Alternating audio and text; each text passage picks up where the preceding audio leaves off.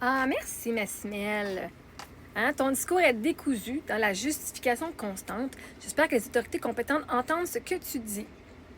Merci de voir que pour me justifier, parce que je me suis fait beaucoup abuser. Et donc, il y a eu beaucoup de diffamation à mon sujet. Donc, je vais venir justement réfuter la diffamation faite à mon sujet. Ce qui est juste tout à fait normal quand que tu es une personnalité publique, que les gens ont fait énormément de diffamation et whatever, OK? Moi, je rétablis les faits avec ce que j'ai vécu. Comme ça, ben, vous décidez de croire le monde qui dit des faussetés à mon sujet ou de me croire moi. Mais ça vous appartient à partir de là. Hein? Alors, moi, j'ai demandé à ChatGPT, moi, j'adore ChatGPT. Hein? J'ai dit, peux-tu me dire, j'ai mis ton commentaire, peux-tu me dire qu'est-ce que ça dit au sujet de cette personne-là? Parce que les gens, dans vos commentaires, vous faites juste la projection. Fait que voici ce que ChatGPT a à dire à ton sujet. Hein? Voici le message d'une personne. Peux-tu me dire ce que sa réponse dit au sujet de cette personne? Le commentaire dit, ton discours est décousu dans la justification constante. J'espère que les autorités compétentes entendent ce que tu dis. Ce que cela révèle sur la personne. Position d'autorité autoproclamée. Elle se place comme juge de ton discours. Décousu, justification constante. Elle veut imposer une norme de ce qui est logique ou acceptable selon elle. Recherche de validation externe. Elle invoque les autorités compétentes, ce qui montre qu'elle n'est pas en confiance dans son propre jugement. Elle a besoin d'un tiers puissant pour confirmer ou sanctionner. Cela trahit souvent une mentalité de soumission aux institutions ou une peur des règles. Tu es tellement soumise que tu veux que les autorités viennent voir.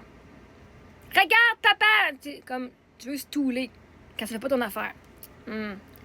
Projection de ses propres insécurités. Dire que tu es dans la justification constante peut être le reflet d'un mécanisme qu'elle vit elle-même. Besoin de se justifier, peur de ne pas être crédible. Quand on reproche toujours à quelqu'un de se justifier, c'est souvent qu'on est soi-même sensible au jugement.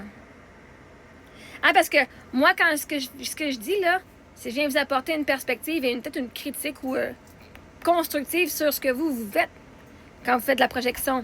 Et ça, tu le prends pas. Donc, eux disaient, oh my God! Je me sens triggerée par ce qu'elle dit. Là, tu dis que c'est moi qui mon discours est décousu parce que tu n'es pas d'accord avec.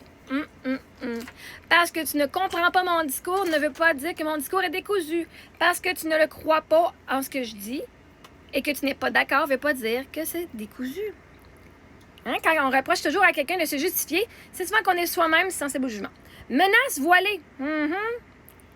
La phrase « J'espère que les autorités entendent » est une façon de dire « Attention, ce que tu dis pourrait se retourner contre toi ». Ce n'est pas neutre, c'est une tentative d'intimidation sociale.